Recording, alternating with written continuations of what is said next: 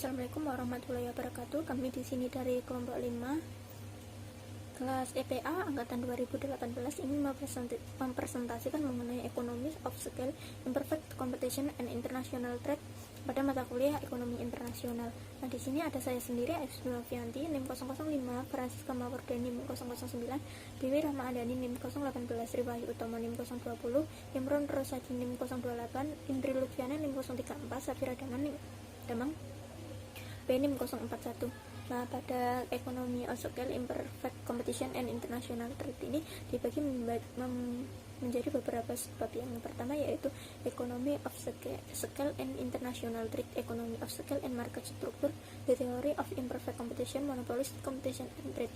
Case study yaitu kita menggunakan Intra-Industry Trade in Action, di mana the North American Auto Part of the 1964 dumping, case study anti-dumping as protectionism, the theory of external economies, external economy and international trade, interregional trade and economic geography, and Shelton economy summary, MPS Dix determining marginal revenue. Yang pertama, skala ekonomi dan perdagangan internasional. Model keunggulan komparatif yang disajikan pada asumsi skala hasil konstan, yang artinya jika input ke industri digandakan, hasil industri akan berlipat ganda juga dalam praktiknya, yaitu banyak industri yang disita oleh skala ekonomi. Jika kita menambah tenaga kerja di sini, maka jumlah output atau produksinya yang dihasilkan ini akan semakin besar pula, di mana ada ekonomi skala menggandakan input ke industri akan lebih dari 2 kali lipat produksi industrinya. Nah, kemudian dari tabel ini adalah contoh skala ekonomi bagi internasional perdagangan. Tabel 61 ini relationship of input output, di mana output ini adalah produksi wages, total labor inputnya adalah tenaga kerja, average labor inputnya adalah jam. Jika kita akan memproduksi 5 wages, maka dibutuhkan tenaga kerja sebanyak 10 orang akan membutuhkan waktu selama 2 jam. Jika kita menambah produksi wages sebesar 10, maka kita akan menambah jumlah tenaga pula yang awalnya 10 orang menjadi 15 orang, maka akan membutuhkan waktu yang lebih singkat lagi, yaitu yang awalnya 2 jam menjadi 1,5 jam saja. Selanjutnya sampai yang terakhir ini ada 30 produksi wages akan menambah tenaga kerja sebanyak 35 orang, maka jam yang dihasilkan juga akan semakin singkat, yaitu 1 jam 16 menit saja. Artinya di sini jika kita menambah tenaga kerja, maka jumlah jam yang dihasilkan akan semakin sedikit dan singkat pula. Jadi penambahan tenaga kerja ini akan lebih efisien pula untuk menghasilkan output yang dihasilkan. Nah, selanjutnya yaitu ada skala ekonomi dan struktur pasar. Untuk menganalisis efek skala pada struktur pasar, seseorang harus jelas tentang peningkatan produksi yang diperlukan untuk mengurangi biaya rata-rata. Ekonomi eksternal skala terjadi ketika biaya per unit tergantung pada ukuran industri, tetapi tidak harus pada ukuran setiap satu perusahaan. Ekonomi internal skala terjadi ketika biaya per unit tergantung pada ukuran perusahaan individu, tetapi tidak harus pada industri. Nah, di sini misalnya kita ada perusahaan besar makanan, bisa sebagai contoh makanan OPP dari Ruben Onsu. Ruben Onsu memiliki banyak mitra yang disebut dengan geprek bensu. Di sini mitra-mitra dari OPP tersebut itu bisa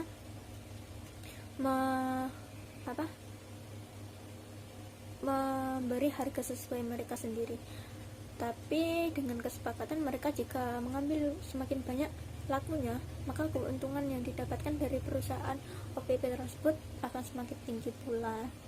Bisa diambil dengan teori kompetisi yang tidak sempurna.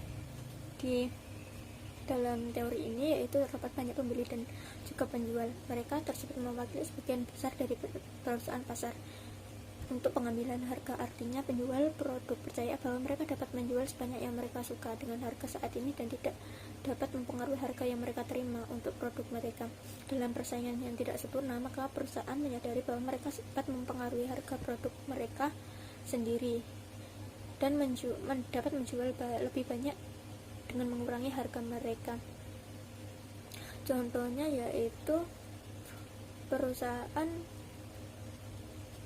manufaktur pesawat Boeing berbagai pasar untuk pesawat jet besar dengan hanya satu saingan utama, perusahaan Eropa Airbus. Oleh karena itu, Boeing tahu bahwa jika menghasilkan lebih banyak pesawat, itu akan memberi efek yang signifikan pula pada total pasukan pesawat di dunia, dan karena secara signifikan menurunkan harga pesawat terbang.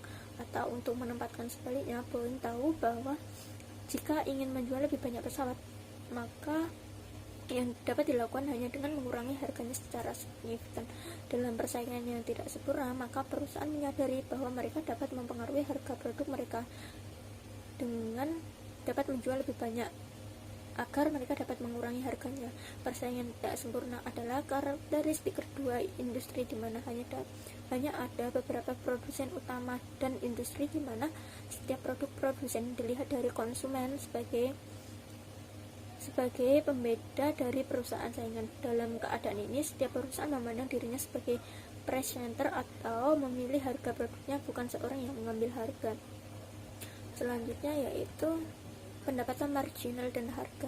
Hubungan antara pendapatan marginal dan harga tergantung pada dua hal. Yang pertama yaitu tergantung pada berapa banyak output yang sudah dijual perusahaan.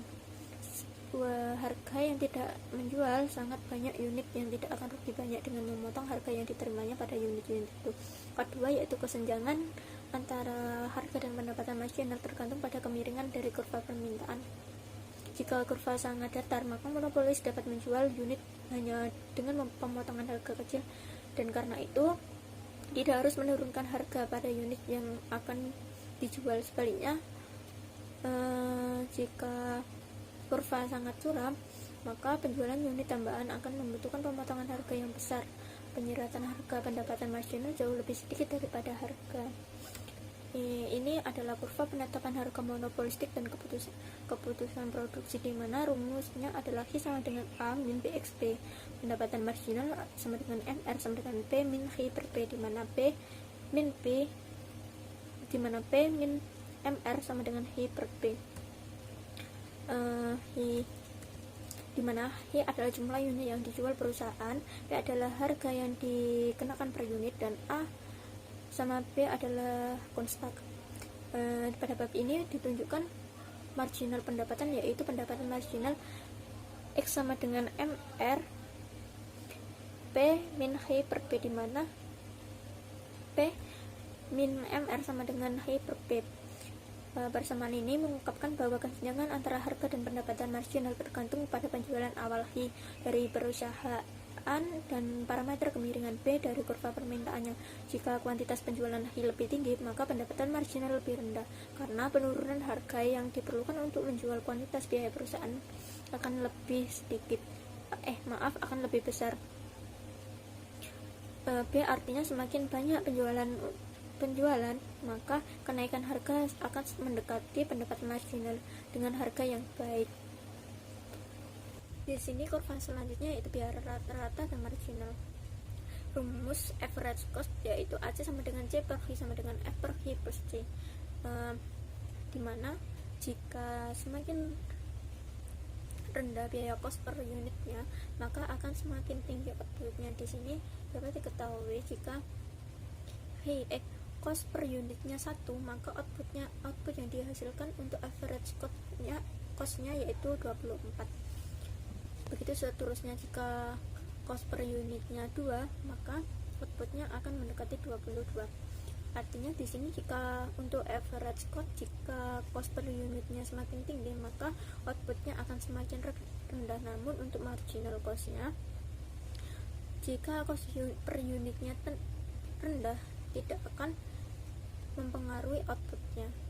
Output tidak akan mempengaruhi cost per unit. Untuk marginal cost, semakin tinggi outputnya, jika cost per unitnya masih rendah, maka itu akan tetap standar dengan garis yang sejajar.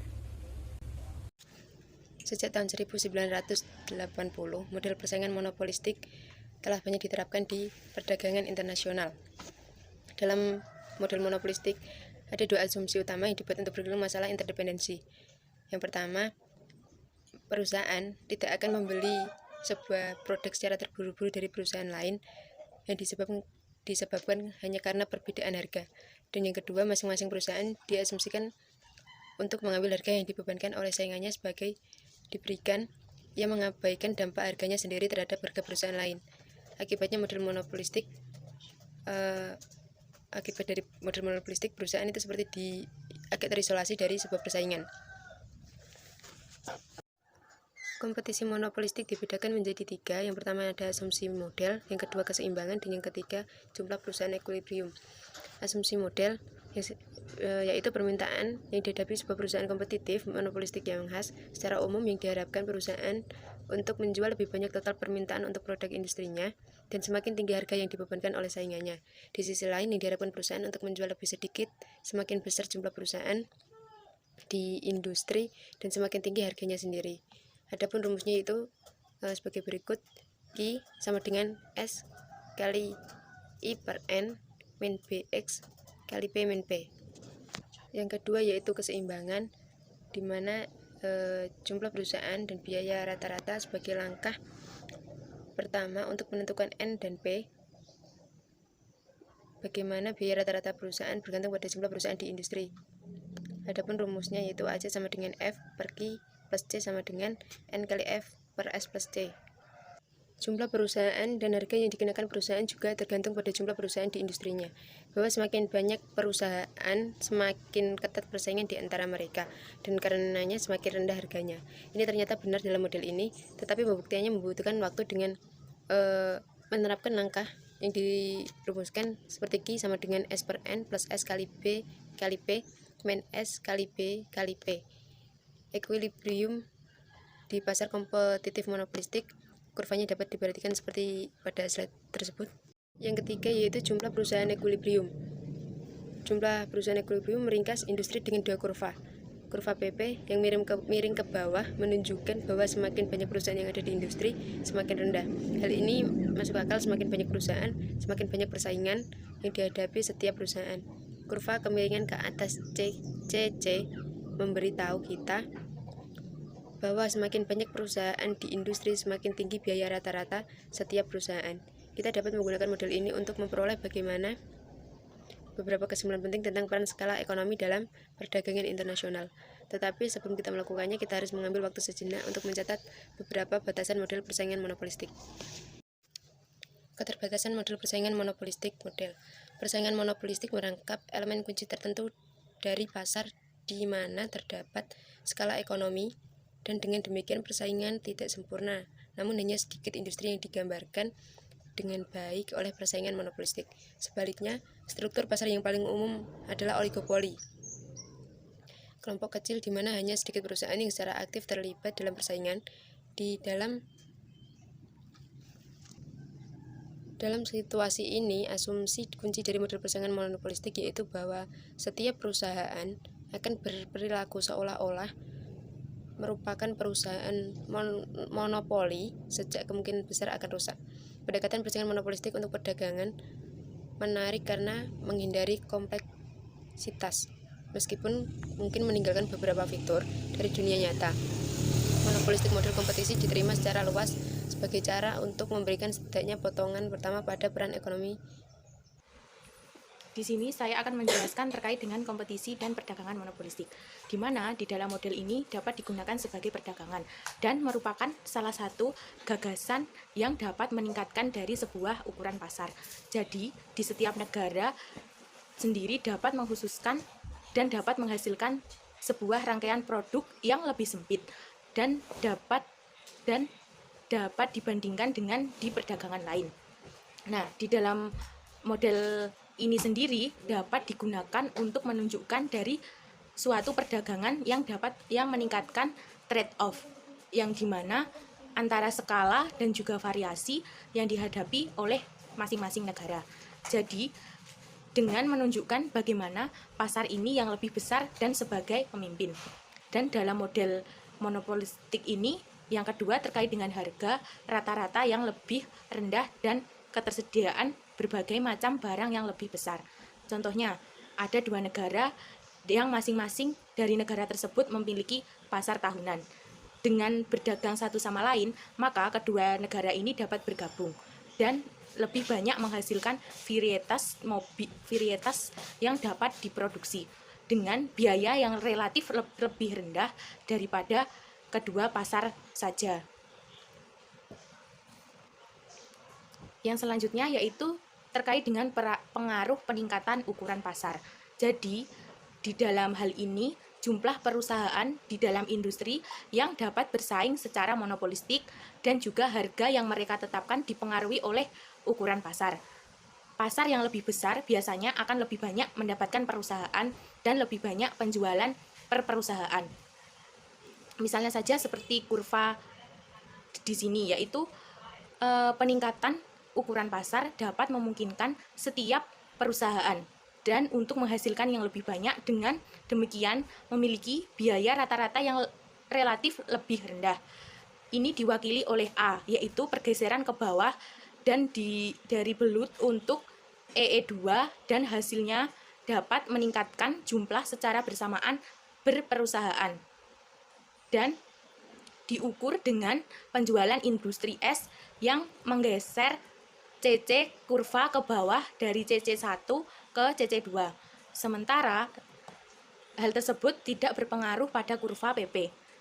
Equilibrium baru terdapat pada poin 2. Jadi jumlah perusahaan meningkat dari 11.1 sampai 11.2. Sedangkan harga turun dari P1 ke P2. Jadi konsumen lebih suka menjadi bagian dari pasar besar dibandingkan dengan pasar yang lebih kecil yang berada di poin 2. Selanjutnya saya akan menjelaskan terkait dengan keuntungan dari pasar terpadu. Keuntungan dari pasar ini merupakan salah satu perdagangan internasional yang dapat menciptakan pasar yang lebih besar lagi dan dapat mengilustrasikan efek perdagangan, harga, skala, dan berbagai ragam barang yang tersedia dengan contoh angka tertentu. Misalnya pada 3 kurva ini, yaitu yang pertama terkait dengan pasar dalam negeri. Dengan ukuran pasar 900.000 mobil, keseimbangan rumah ditentukan oleh persimpangan kurva PP dan CC terjadi pada 6 perusahaan dan harga industri sebesar 10.000 per mobil. Yang B yaitu terkait dengan pasar luar negeri dengan ukuran pasar 1 juta mobil, keseimbangan asing terjadi dengan 8 perusahaan dan harga industri sebesar 8.750 per mobil. Yang artinya dengan tidak adanya perdagangan pasar asing akan mendukung 8 perusahaan dengan masing-masing dapat memproduksi 200 mobil dan menjualnya dengan harga 8.750. Dan kurva yang ketiga yaitu merupakan pasar gabungan, yang dimana integrasi kedua pasar dapat menciptakan pasar untuk 2,5 juta mobil. Pasar ini didukung oleh perusahaan dan harga sebuah mobil hanya sebesar 8.000. Di sini saya akan menjelaskan terkait dengan 2 gambar. Nah, gambar yang pertama yaitu jika kain merupakan sektor produk yang dapat dibedakan. Dan hal ini sama halnya seperti di bab 4 terkait dengan perdagangan pola yang dapat terlihat. Karena rumah yang berlimpah modal dan padat akan adanya modal dari kain itu sendiri, maka rumah yang memiliki persediaan kain ini akan relatif lebih besar. Dan oleh karena itu dapat mengekspor kain dan juga mengimpor makanan. Dan pada skala ekonomi akan ada yang sederhana, yaitu terkait dengan pertukaran kain untuk makanan. Di gambar yang kedua, yaitu berdagang dengan pengembalian yang dapat meningkatkan dari suatu persaingan monopoli. Jika kain adalah sebuah industri yang bersaing secara monopolistik, rumah dan asing akan berproduksi dan menghasilkan produk yang berbeda.